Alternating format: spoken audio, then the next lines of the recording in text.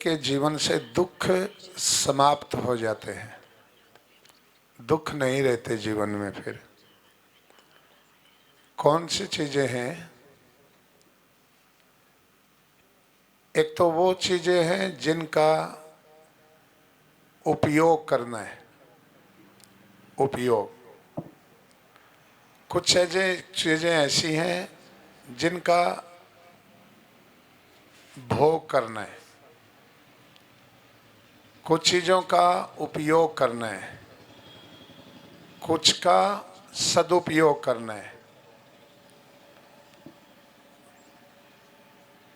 कुछ को नौकर की तरह प्रयोग करना है और कुछ का मालिक की तरह उपयोग करना है। ऐसे बहुत सारी अलग अलग चीजें।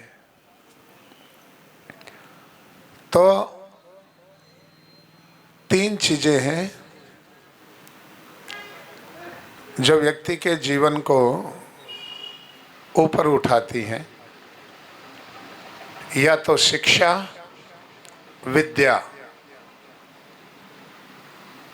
या व्यापार या राजकार्यों में नियोजित होना। तीन रास्ते हैं व्यक्ति के ऊपर उठने के। विद्या से व्यक्ति ऐश्वर्य कमाता है। ऐश्वर्य, ध्यान से शब्द सुनना। विद्या से ऐश्वर्य की प्राप्ति होती है। ऐश्वर्य जिसके पास होता है उसे ईश्वर कहते हैं। ईश्वर के पास में, बच्चों,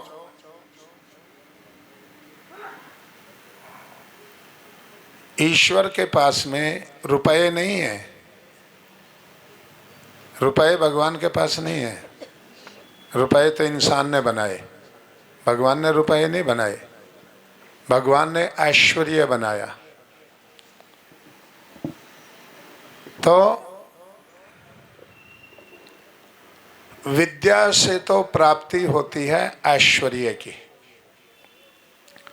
व्यापार से प्राप्ति होती है लक्ष्मी की।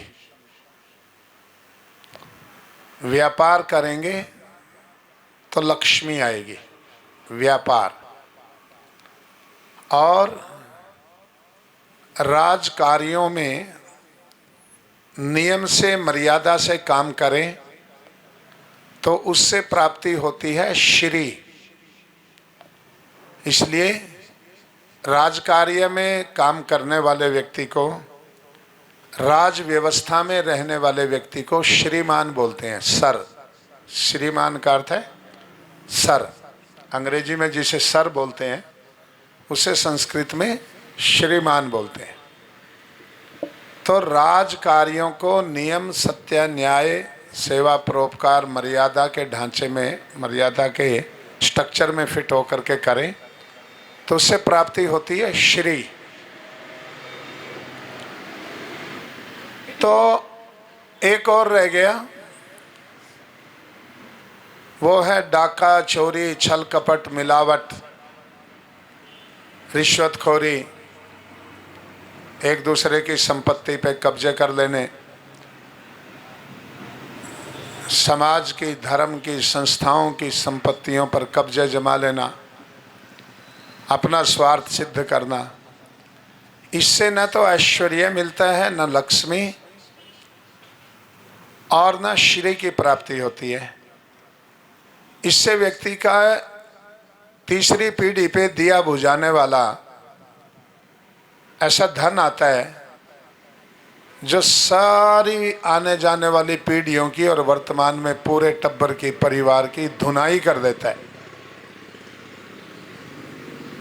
धन जो है यदि नियम, सत्य, न्याय, परोपकार, सेवा, मर्यादाओं में रह के कमाया है तो वो है श्री।